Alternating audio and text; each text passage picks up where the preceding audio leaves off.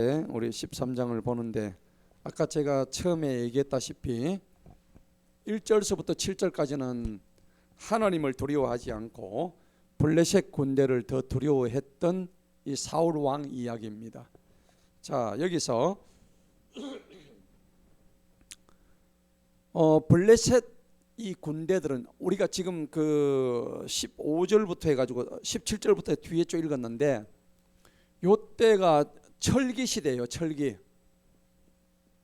여러분 우리 역사 시간에 청동기 시대, 그 다음에 원래 구석기 시대, 신석기 시대, 그 다음에 청동기 시대, 그 다음에 철기 시대 내려오잖아요. 요때가 지금 철기 시대라고. 철이 막 발견이 이제 돼가지고 철을 무기로 이제 만드는 그런 시기였어요. 그러니까 지금으로부터 약 한 2600년 전이란 말이에요. 2600년 전이면 우리나라 고조선 시대예요. 신라가 몇 년도 세워졌어요? AD 300년. AD 300년도 세워졌어요. 그러면은 지금 이거보다 무려 900년이나 더 훨씬 앞선 시대예요. 그러니까 여러분들 신라 고구려 같은 데 가면은 그 당시에 철로 만들어 가지고 무기를 만드는 거 고분군에 가면 박물관만 보시죠. 그 당시에 토기도 막 만들어 놓고 그랬는데 그때보다도 900년이나 훨씬 그 이전이라. 그래서 이 철기 시대인데 이스라엘이 블레셋 사람들이 철을 갖다가 잘 다루었단 말이에요. 그러니까 도끼를 간다, 칼을 간다면은 이스라엘 사람들이 어디로 갔냐면 블레셋에 가가지고 도끼를 갈아오는 거예요. 그러니까 오늘 그 얘기 그거 나오잖아요. 19절 보세요. 이스라엘의 온 땅에는 대장장이를 찾아볼 수 없었다고. 이는 블레셋 사람들이 말하기를 히브리 사람들이 칼들이나 창들을 만들까 두렵도다. 블레셋에서만 그걸 만드는 거예요. 그러니까 군사로 치면 누가 더 강해요? 블레셋이 훨씬 강한 거예요. 왜? 철로 만든 무기니까. 그러니까 20절 보세요. 그러나 모든 이스라엘 사람들 각 사람이 자기 쟁기와 삽과 도끼와 갱이를 가려면 어디로 갔다고? 블레셋 내려가는 거예요. 21절 그들에게는 갈 줄이 있어가지고 날카롭게 갈았더란 말이에요. 22절 보세요. 전투의 날이 됐는데 사울과 요나단과 함께한 백성 누구의 손에도 칼이나 창을 잡을 수가 없는 거예요. 블레셋은 잔뜩 잡고 있는데 그럼 누가 이겨요? 블레셋이 당연히 이기지. 근데 결과는 누가 이겨요? 이스라엘이 이긴다고요. 근데 오늘 이런 하나님의 일하심을 갖다가 모르고 사람의 생각을 가져가지고 하나님을 의지하지 않고 블레셋 사람들의 그 막강한 군사력만 보니까는 지레 겁을 먹었던 사울 왕, 이거를 하나님께서 책망하시는 거예요. 그래서 장고 끝에 악수 둔다고. 그렇죠. 바둑 뭐 장고하다 뭐 악수를 두잖아요. 맞아요. 똑같습니다. 사울이 장고하다가 악수를 둔 게 뭐냐니까는 사무엘이 일주일만 기다리면 내가 갈게 그랬는데 그걸 못 참고 사무엘이 제사장 역할을 하던 걸 지가 대신 해버리는 거예요. 그래 거기서 사울은 하나님의 버림을 받아버리는 장면이에요. 오늘 우리가 읽었던 13장의 교훈이 바로 그거거든요. 그래서 첫째는 우리는 하나님을 더 두려워하자. 그 다음에 내가 맡은 그 부분에서 하나님의 질서를 지키자 하는 거예요. 그래서 사울이 불순종했고 반역을 했단 말이에요. 그러니까 우리가 교회 내도 질서를 지켜야 되고 가정에도 질서가 있고 나라에도 질서가 있고 그거를 우리가 차례대로 한번 알아보는 시간입니다. 자, 먼저 한번 보십시다. 5절에 한번 볼까요? 5절에 보니까 블레셋 사람들이 이스라엘과 싸우려고 모였는데 병거가 몇 개요? 3만 개예요. 와, 병거가 오늘로 치면 뭐예요? 탱크. 오늘로 치면은 탱크가 3만 대야. 어마어마하죠.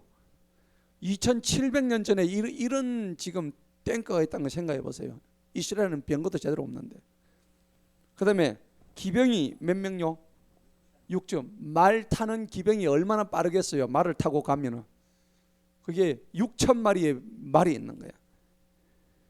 그 다음에 해변에 사람들이 얼마만큼 많다고? 모래알같이 많대. 그러니까 이게 지금 사람들이 이걸 보니까는 6절 보세요. 자기들이 궁지에 빠진 것을 보고 심히 불안한 거예요. 그래서 전부 다 이제 도망가서 토굴과 가시덤불과 반석들과 요새들과 웅덩들에 숨어버렸단 말이에요. 예.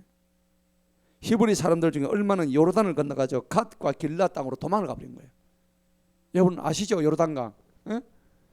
우리가 이 이스라엘 지도 보면 여기 갈릴리 호수가 있고 이게 또 뭐예요? 사해가 있고 여 옆에 요단강이 흘렀죠. 여기에 이제 그 뭡니까 요수아가 요단강을 건너가 일로 왔는데 여기 진치고 있다 다시 이쪽으로 다시 도망가 버린 거예요. 예, 요단강을 건너서 얼마나 두렵고 떨었으면.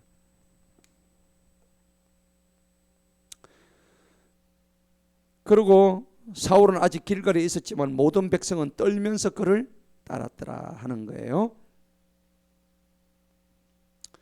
그런데 여러분 이 장면에서 우리가 이제 신명기 보면은 7장에 보면요 하나님께서 이스라엘 백성들이 궁지에 빠졌을 때에 벌써 이미 이스라엘 백성들의 자기들의 조상들이 어떻게 하나님이 인도하셨는가 이미 성경에 다 나와 있죠. 신명기 7장에 보면 그게 너무나 상세하게 나와 있다고. 그 신명기 7장에 하나님께서 출애굽하는데 앞서서 행하시는 장면이 너무 상세하게 나와요. 한번 볼까요? 신명기 한번 보십시다. 7장.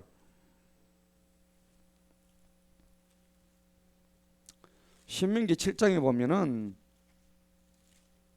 모세가 이스라엘 백성들을 데리고 이제 나오는 장면이 있죠.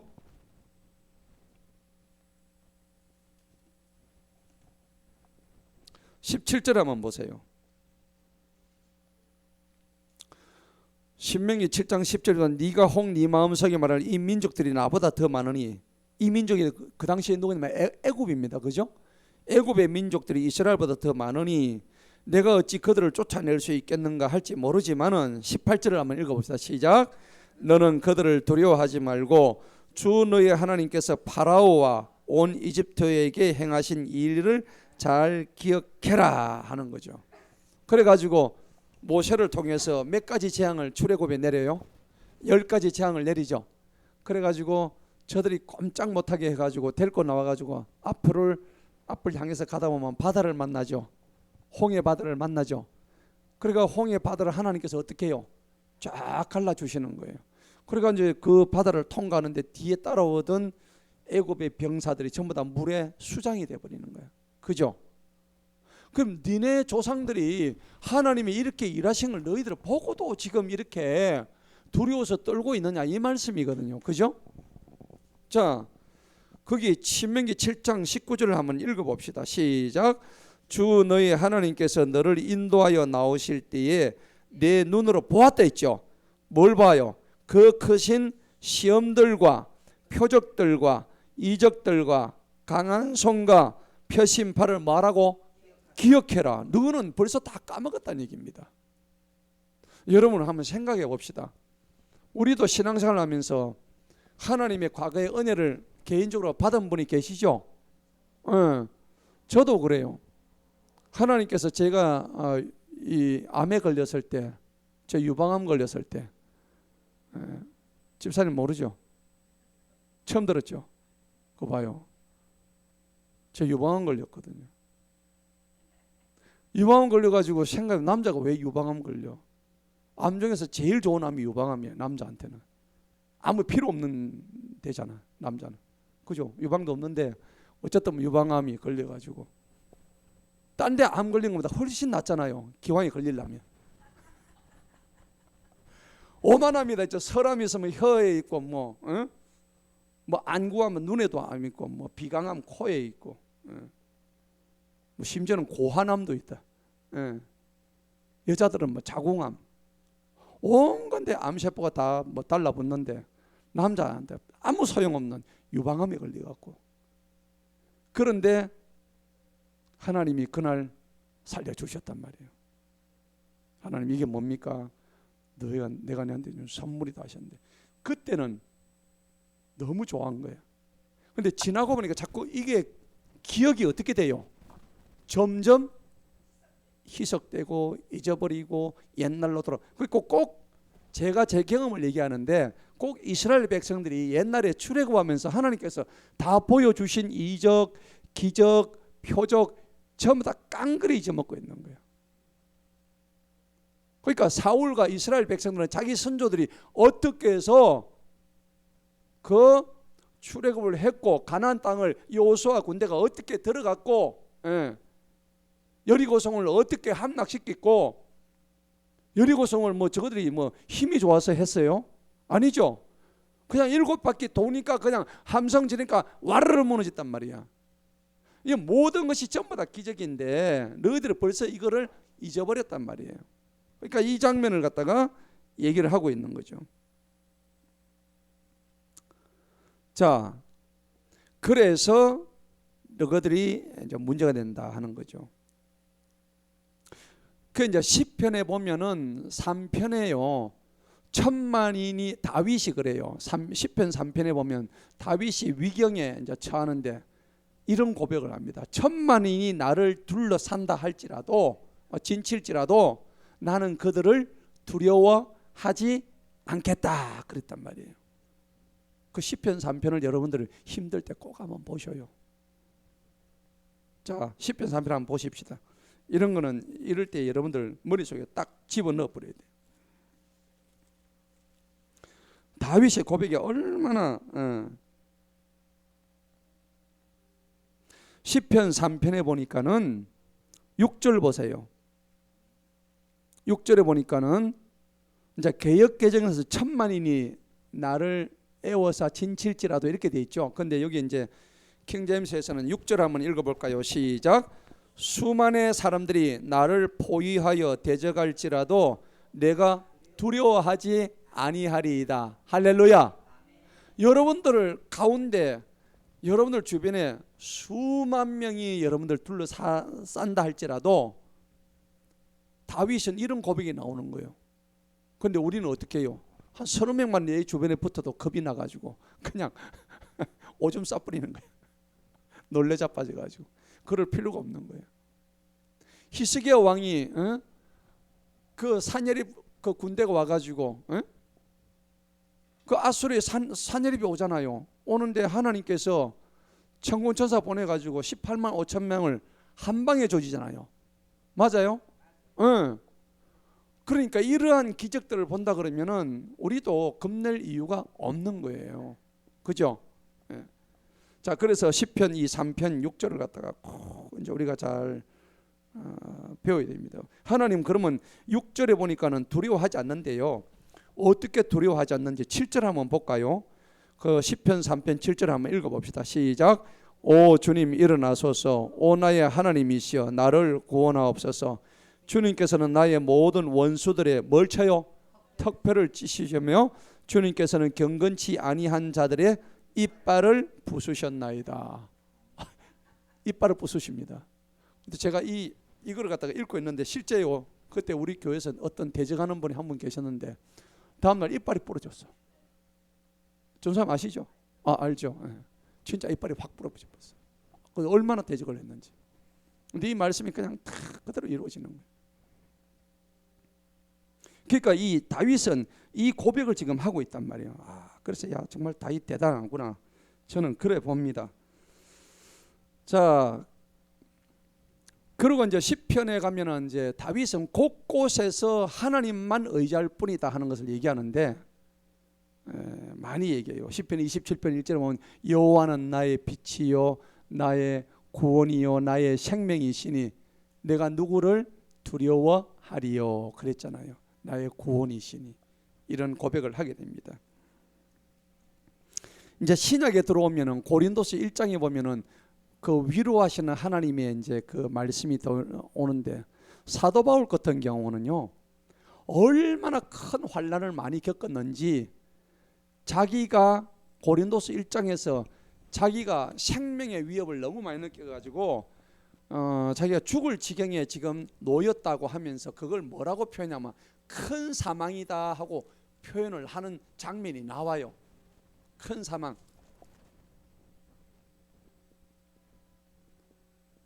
성경에 보면 작은 사망이 있고 큰 사망이 있어요. 작은 사망은 우리 육체가 죽는 게 작은 사망이에요. 맞죠? 한 번 다 육체는 다 죽잖아요. 그런데 큰 사망은 어때요? 완전한 우리의 구원을 못 이루는 거, 지옥으로 떨어지는 거, 이거란 말이에요.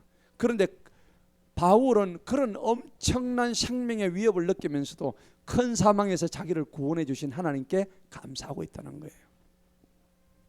한 군데만 찾아봅시다. 자, 거기 고린도서 1장 한번 보십시다.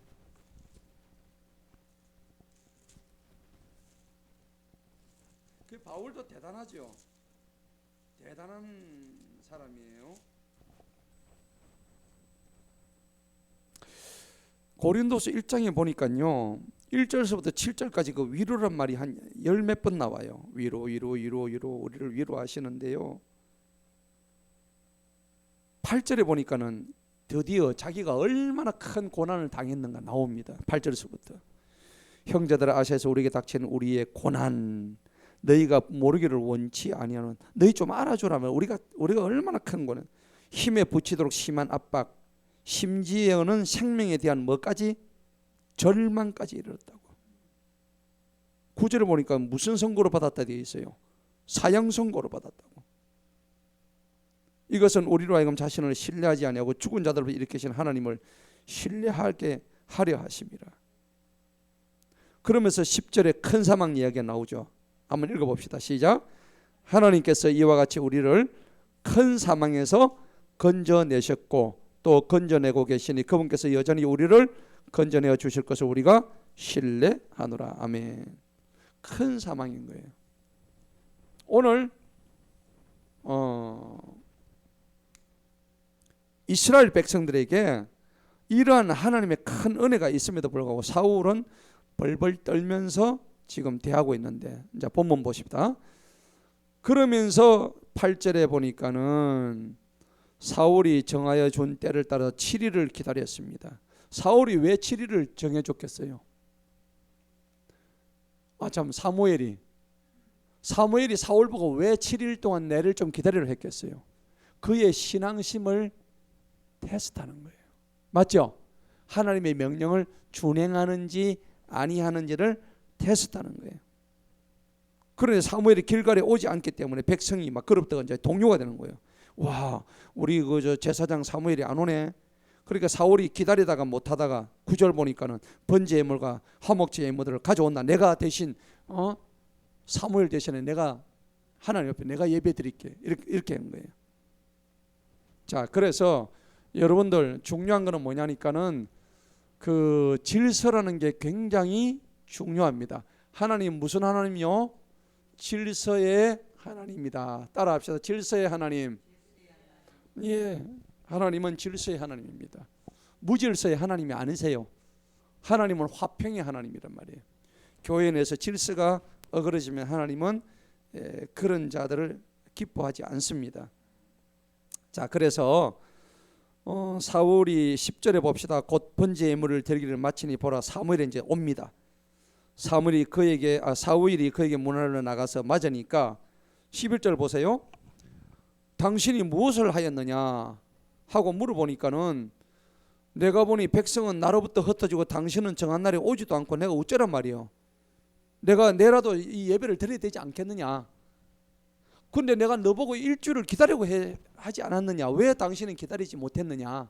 지금 묻는 거예요. 그래서 블레셋 사람들이 민고사 모여들었으니 그러므로 내가 말하기를 블레셋 사람들이 이제 길갈에서 나에게 내려오는데 자기를 치려고 내려오는데 나는 주님께 간구드리지 아니하였다 하고 이에 나 자신이 부득이하게 내가 번제 예물을 당신 대신에 내가 드렸습니다. 이거 잘못된 거죠. 질서를 흐트린 겁니다. 그러니까 13절에 보세요. 사무엘이 사울에게 말해 당신이 어리석게 행하였도다.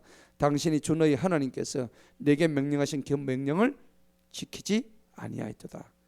그리하지 아니하였으면은 네가 영원히 이 왕국을 너를 통해서 세웠는데 14절에 뭐라 했어요? 그러나 이제 당신의 왕국은 끝이다. 당신 대신에 하나님의 마음에 맞는 한 사람을 찾았는데 그 사람 이름이 다윗이다. 주님께서 그에게 그분의 백성을 다스릴 지도자가 되라고 명령하셨으니 이는 당신이 주님께서 당신에게 명령하신 것을 지키지 아니하였더라 하는 겁니다. 자, 여기서 우리가요 간과할 수 있는 게 뭐냐니까는 사울은 자기 딴에는 하나님한테 잘하려고 했죠. 맞아요, 안 맞아요? 예배를 안 드리는 것도 아니에요. 하지만은 하나님이 하라고 한 예배를 드린 게 아니라 사람의 마음으로 예배를 드렸다는 겁니다. 하나님이 그런 예배를 안 받으시는 거예요. 자, 굉장히 중요한 겁니다. 하나님께서 이제 여기서 이제 우리가 무슨 얘기가 나오냐면 순종, 질서 이게 나와요. 하나님이 원하시는 순종은 100%일까요? 99%일까요? 100%예요. 100%. 하나님이 원하시는 순종은 100%지 99%도 아니에요. 이거 절대 아닙니다. 그런데 오늘 여기 보니까는 사울은 불순종했는 거예요. 하나님은 질서의 하나님이다. 하나님은 질서에 따라합시다. 하나님은 질서의 하나님입니다. 그래서 이 고린도전서 14장에 가면은 질서의 하나님이라고 나와 있어요. 고린도서 14장에. 예. 왜 그러냐니까 질서를 하나님께서 만약에 어긴다 그러면은 이건 아니죠. 고린도서 14장을 한번 보십시다. 자, 우리가 이럴 때는 정확하게 눈으로 확인을 해야 됩니다.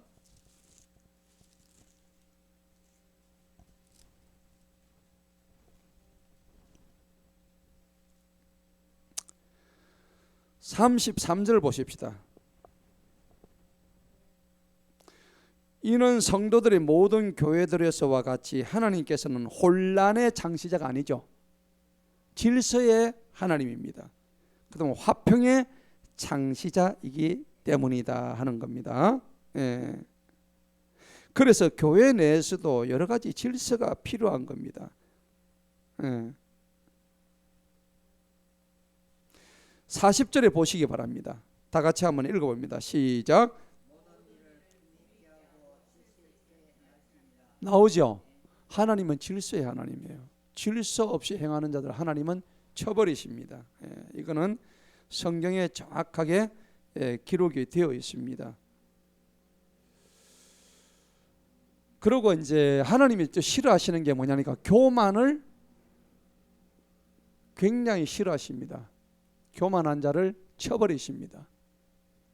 교회 내에서든 어디든 협력자라고 하면서 교만한 자를 협력자인데 교만한 자를 쳐버리시는데 이게 성경에 그대로 나와 있어요. 욥기서에 그게 나와 있어요. 한번 볼까요? 욥기서 한번 보십시다. 9장. 욥기서 9장에 보면 이 교만한 협력자에 대해서 정확하게 쳐버리신다고 나와 있습니다. 욥기서 9장에 보면은 13절 한번 보세요.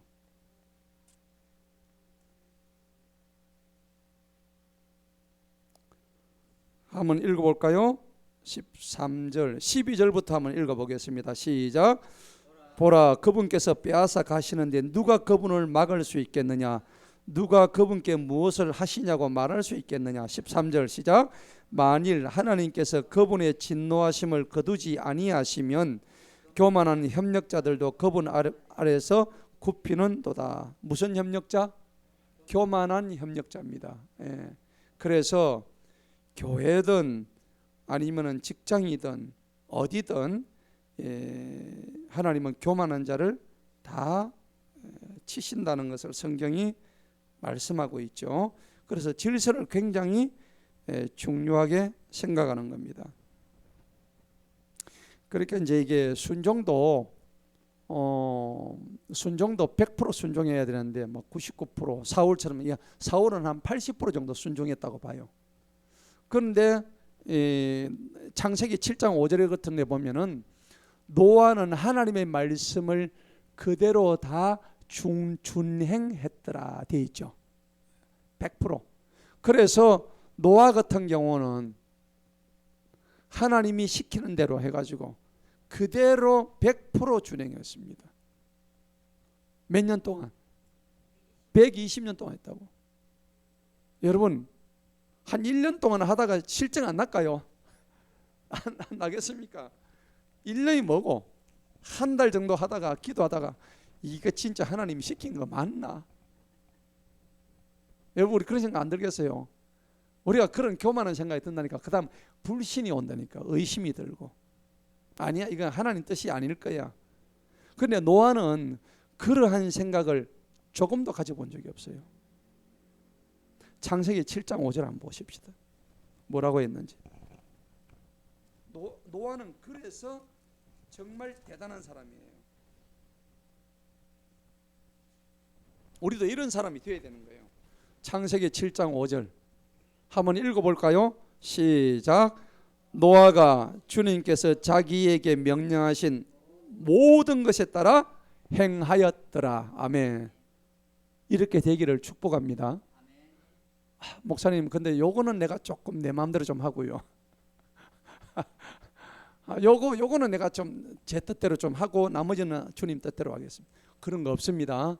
노아가 왜 구원받았을까요?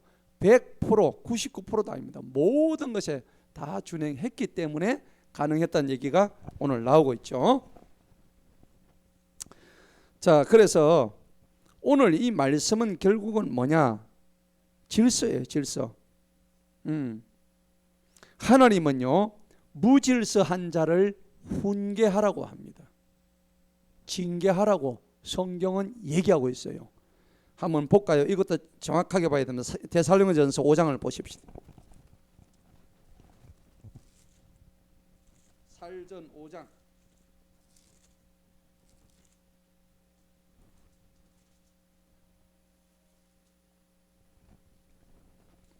데살로니가전서 5장 14절 다 같이 한번 읽어봅니다. 5장 14절 시작.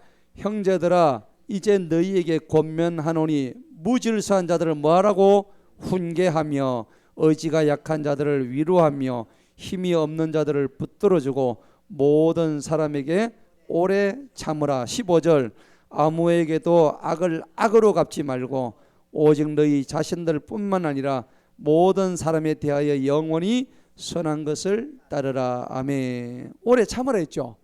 상대가 공격해도 참아야 합니다. 맞죠?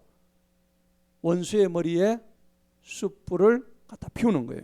그리고 무질서한 자들을 훈계하고 악을 악으로 갚으면 안 돼.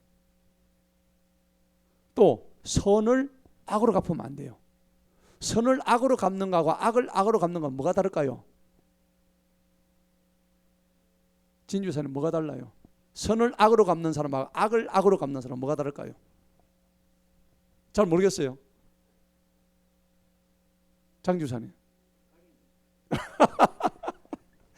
아니 저 사람이 악하다고, 저 악한 사람이야. 근데 나는 선해. 근데 선한 나에게 악한 사람이 날 악으로 막 갚는 거야. 그 올바른 거야? 잘못된 거야? 잘못된 거죠. 근데 악한 사람이 있어. 악한 사람한테 악으로 대갚아 버리죠. 우리 인간적인 측면에서 보면 이건 맞아요, 안 맞아요? 맞죠.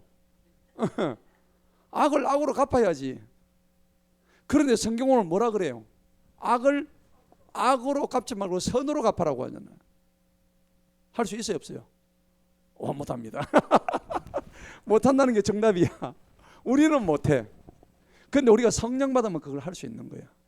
그죠? 내 안에 성령님이 계시면 그게 가능해. 나는 못하는 거 맞아. 집사님 말이 100% 맞는 거야. 200% 1000% 맞아. 내 힘으로는 그거 못한다니까. 내 안에 성령님이 계시면은 악을 선으로 갚을 수 있는 거라.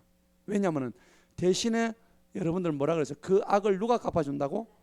하나님이 갚아요. 로마서 말씀에 12장에 나오죠. 예, 나온단 말이에요. 내가 갚아주마. 원수의 네가 그를 선으로 갚아주면 원수의 이 대가리 위에다가 숯불을 뭐 한다고? 피워준다고. 이 머리 위에 숯불을 피하면 어떻게 돼요? 뜨거워서 대가리가 이것뿐이지. 그렇잖아요. 그런데 오늘 여기 보세요. 무질서한 자를 훈계하는 어떤 그런 장면. 그 다음에 이제 질서가 여러 가지가 있는데 오늘 이 질서에서 기왕에 나온 거니까 제가 말씀드립니다. 남녀 간의 질서 지켜야 돼, 안 지켜야 돼요? 성경은 지키라고 되어 있습니다. 고린도전서 11장에 보면 여자의 머리는 누구예요? 남자. 남자의 머리는 그리스도. 남자의 머리는 여자. 주여. 저건 기본적으로 제 생각에 깔려 있어서 나오는, 자기도 모르게 나오는 말이에요. 자, 어쨌든 성경은 여자의 머리는 남자, 남자의 머리는 그리스도, 그리스도의 머리는 하나님이다. 성경 그래 돼 있죠? 예, 그래 돼 있단 말이야. 이거 잘 아셔야 돼요. 고린도서 11장 한번 봅시다. 오늘 뭐 기왕에 뭐 나온 거. 그만큼 질서가 중요하다는 얘기입니다.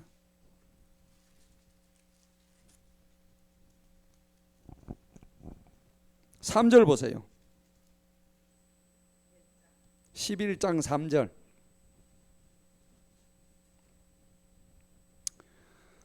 자, 3절에 이제 보면은 한번 읽어볼까요? 시작. 그러나 나는 너희가 알기 원하노니 여자의 머리는 남자요, 각 남자의 머리는 여자요. 아니죠? 그리스도시요, 그리스도의 머리는 하나님이시니라. 아멘. 자, 7절에 한번 읽어봅시다. 시작. 이는 남자가 하나님의 형상이며 영광이니 참으로 그의 머리 위에 쓰지 말아야 마땅하기 때문이라.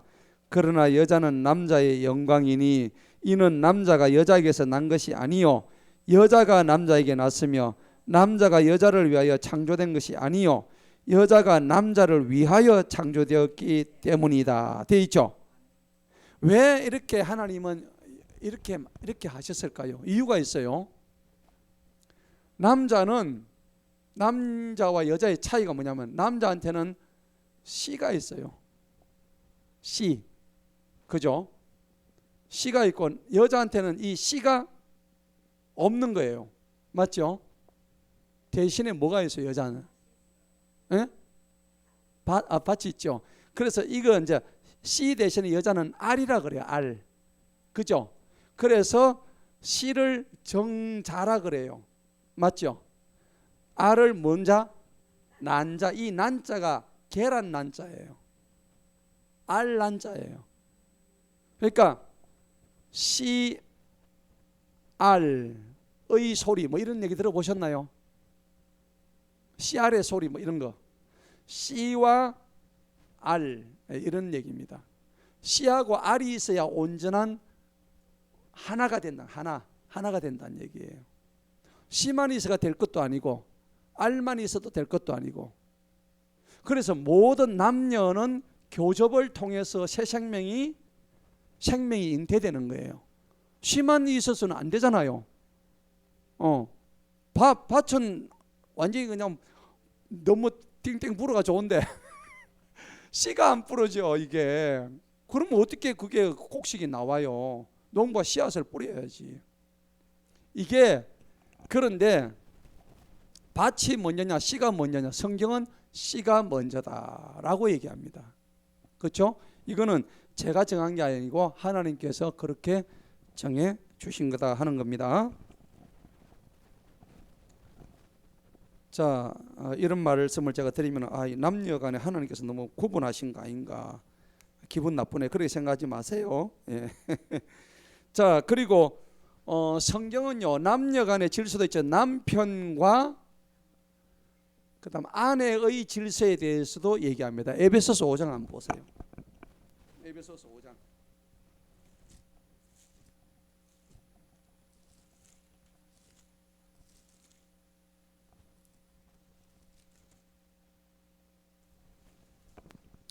에베소서 5장에 한번 볼까요? 22절 다 같이 한번 읽어보도록 하겠습니다. 시작.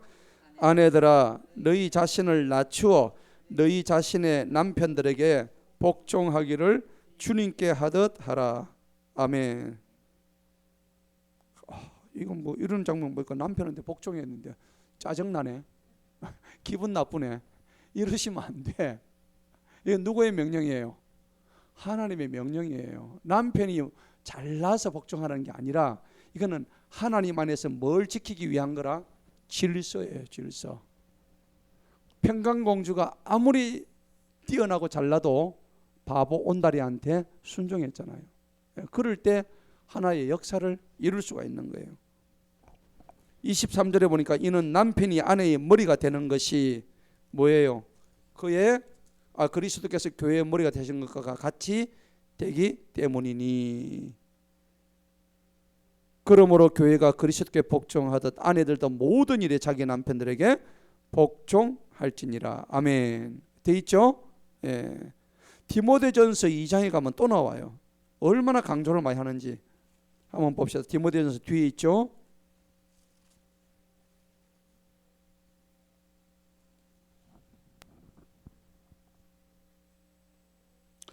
디모데전서 2장에 보니까 11절 한번 읽어볼까요? 11절 시작. 여자들은 온전히 순종함으로 조용히 배우게 하라. 오직 나는 여자가 가르치는 것이나 남자에게 권위를 행사하는 것을 허락하지 아니하노니 다만 조용해라. 이는 아담이 먼저 지으심을 받았고 그 후에 이보였음이 그 다음에 아담이 속은 것이 아니라 그 여자가 속아서 범죄하였기 때문이라. 맞죠? 여자가 더 남자보다 홀라당 넘어갔다 이거죠. 맞죠? 그렇다고 뭐 책임을 여자한테 넘기기 위해서 하는 소리가 아니고 성경에 그렇게 나와 있기 때문에. 그래서 15절 한번 읽어봅시다. 그럼에도 불구하고 여자들이 진지함으로 믿음과 사랑과 거룩함 안에 꾸준히 거하면 그 여자는 해산함으로 구원을 받으리라. 아멘. 해산이 뭡니까? 결국은 애를 낳아야 되는 거예요. 그 여자는 완전한 구원을 이루려면 애를 낳아야 되는 거예요. 애를. 그러니까 옛날에 애 못 낳으면 칠거지약이 들어갔죠. 예. 그래서 여자에게는 해산의 고통을 주셨다는 것이 이제 말씀이 나오는 거예요. 자, 어쨌든 하나님은 질서의 하나님이다. 그리고 마지막으로 하나만 더 찾아볼까요? 로마서 13장 1절 한번 보세요. 이게 질서는 정확하게 나와요. 로마서 13장. 이 질서를 깨뜨리는 거 하나님이 가장 싫어하십니다. 로마서 13장 1절.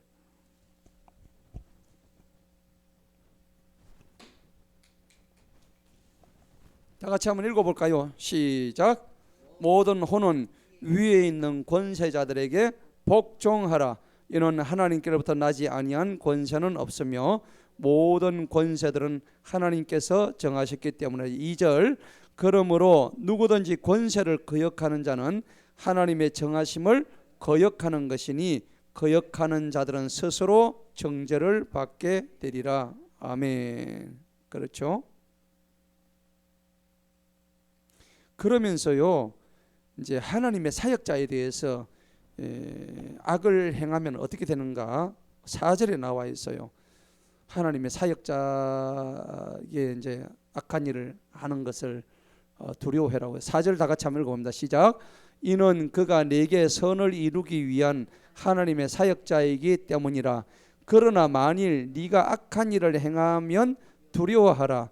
그가 헛되이 칼을 가지고 다니지 아니하나니 이는 그가 하나님의 사역자로서 악을 행하는 자에게 진노를 행하는 보응자이기 때문이라. 아멘. 그렇죠? 예. 하나님은 이렇게 질서에 관해서 계속적으로 말씀을 하고 있습니다. 자, 그러면서 이제 본문 한 장 갑시다. 본문은 이제 마지막으로 가입시다. 하나님의 사역도요, 여러분 어떻게 질서가 정확하게 나와 있냐니까, 여러분 하나님은 무슨 하나님이라 그래요? 삼위일체 하나님이죠. 삼위일체라 그러는데 뭐가 세 개입니까?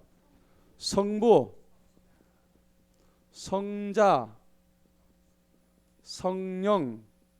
근데 우리가 이거 얘기할 때 순서를 성령 하나님, 성자 하나님, 성부 하나님 이렇게 얘기합니까? 아니죠.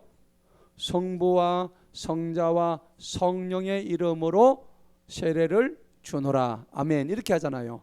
그럼 1번이 누구예요? 성부입니다. 2번은 성자죠. 3번은 성령. 성부는 아버지 하나님입니다. 맞죠? 성자는 누구예요?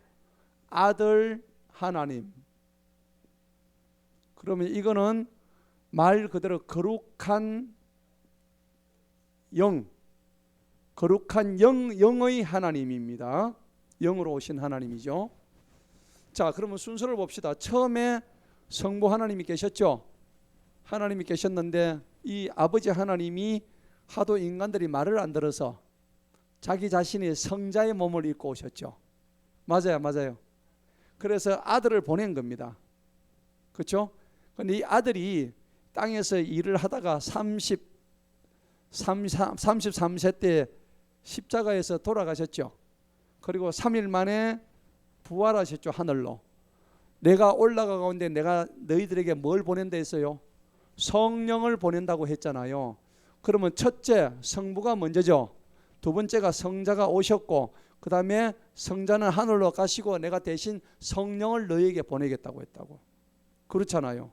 그러면 이것도 순서가 있어요, 없어요? 이것도 철저하게 질서가 있다는 겁니다. 세계가 하나지만은 하나 안에도 이렇게 질서가 있는데, 교회 안에, 가정 안에, 직장과 일터 안에 질서 없이는 하나님이 굉장히 싫어하신다는 거예요. 하나님은 그렇게 하면 보응을 하신다는 겁니다. 꼭 여러분들 아시기 바랍니다. 아버지 하나님이 우선입니다. 그래서 성자 하나님은 성부 하나님한테 항상 뭐 하느냐니까 순종합니다. 아버지 하나님, 내가 이 잔을 지나가게 해주시면 좋겠는데 내 뜻대로 마시고 아버지 뜻대로 해주세요. 순종합니다. 성자 하나님이 성부 하나님께 이 말씀을 하신다는 얘기예요. 언제나 순종하십니다. 성자 하나님은 성부 하나님의 뜻을 거스른 적이 단 한 번도 없다고. 예.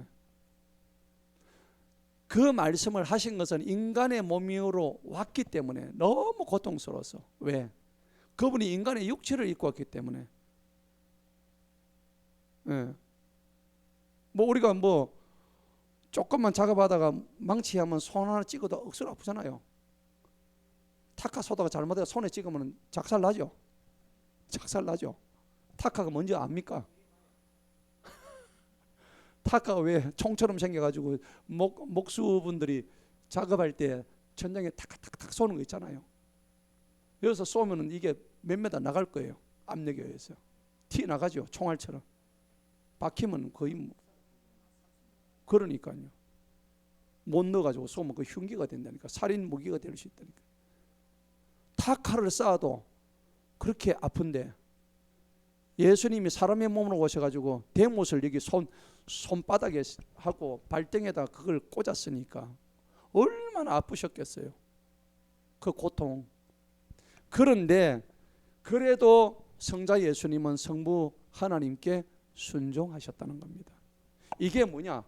하나님의 질서를 그대로 가지고 있었다는 것이죠. 그런데 여러분들 교회도 마찬가지입니다. 교회는요, 사람들이 모이는 공동체입니다. 맞죠? 공동체인데 어떤 공동체냐면 신앙 공동체입니다. 신앙 공동체는 반드시 이 안에 뭐가 하나님의 질서가 있어야 됩니다. 하나님은 무질서의 하나님이 아니라고 성경이 아까 고린도서 11장에 나왔죠. 예, 화평의 하나님이에요. 질서의 하나님이고. 그런데 이 신앙 공동체 안에는 그래서 하나님께서는 뭘 주시냐니까 교회 내에 이 신앙의 질서를 지키라고 직분을 주셨어요. 직분. 뭐 장로, 뭐 권사, 집사, 그다음에 이제 목사 이렇게 다 두셨단 말이에요. 이것을 우리가 알아야 되는 겁니다. 직분을 세우는 것이 뭐냐니까 교회의 질서를 바로 잡기 위해서 직분을 세우는 거예요. 뭐 그 사람이 잘나서 그런 게 아닙니다. 자, 그래서 이제 마지막으로 하나 더 베드로전서 5장 한번 보십시오.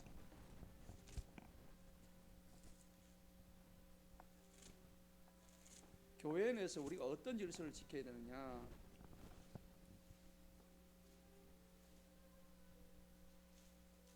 오늘 하나님의 질서에 대해서 군데군데 너무 많이 나와 있죠.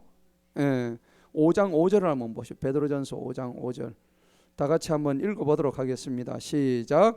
너희 젊은이들아 이와 같이 너희 스스로 장로들에게, 여기서 장로는 누구냐면 목사입니다. 장로들에게 그 다음에 시작. 참으로 너희 모두가 서로 복종하고 겸손함으로 옷 입으라. 이는 하나님께서는 교만한 자들을 대적하시고 겸손한 자들에게는 은혜를 주십니다. 6절 시작. 그러므로 하나님의 강하신 손 아래서 스스로 겸손하라. 때가 되면 그분께서 너를 높이시리라. 그래서 뭐 하라고요? 참으라고. 오래 기다려주라. 때가 되면은, 때가 아직 안 됐단 말입니다. 때가 되면 하나님께서 너를 높여주신다 하는 겁니다. 자, 그래서 오늘 질서에 대해서 여러 가지를 알아봤는데, 하나님은 교만한 자들을 대적하시고 치시고 겸손한 자들에게는 하나님이 은혜를 주신다 하는 것입니다. 자, 이제 뭐 거의 다 끝났습니다. 15절을 이제 보시겠습니다. 본문 15절. 사무엘이 이제 드디어 이제 일어납니다. 길갈에서 떠나 베냐민의 기브아에 이르니라. 사울이 자기와 함께한 백성의 수를 계수하니 약 600명이더라. 여기서 600명이라는 숫자를 여러분 어떻게 보십니까? 600이라는 숫자가 뭐라고 상상이 드세요? 어떤 생각이 드세요? 그렇죠. 왜 하필이면 500명도 아니고 700명도 아니고 600명이에요. 600명. 이 6이라는 숫자는요, 7이라는 숫자는 하나님의 완전수입니다. 그러면 사람은 하나님한테 따라갈 수 있어요, 없어요? 사람이 아무리 잘해도 7 밑에 올 수밖에 없어. 1에서부터 6까지가 있는데 사람이 아무리 잘해도 최고 어디까지 온다고? 6밖에 못 오는 거예요. 7 이상은 올 수가 없는 거예요.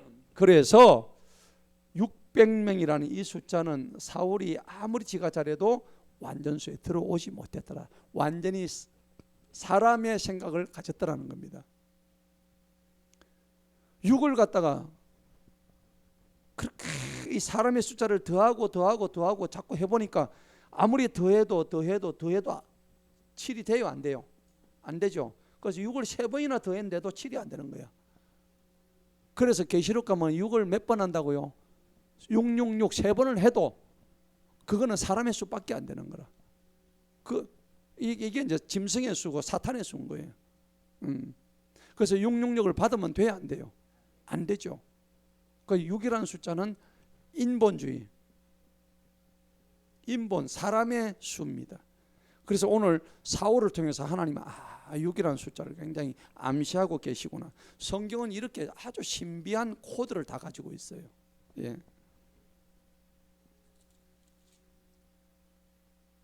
자, 오늘 제가 크게 두 가지를 말씀드렸죠. 첫 번째 주제는 하나님보다 사람을 두려워한 사울 왕. 그 다음에 결국은 제사장의 자리까지 질서를 무너뜨렸던 이 사울 왕이 하나님의 내침을 당하는 장면을 13장에서 보게 됩니다. 14장, 15장 계속 그 장면이 장고 끝에 악수 두는 그의 잘못된 점을 바라보게 되는 거예요. 아셨죠? 네.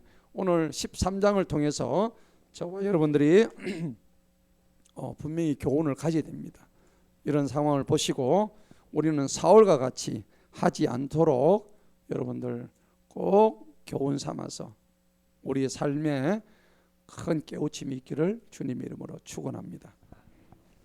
자, 오늘 찬송가하고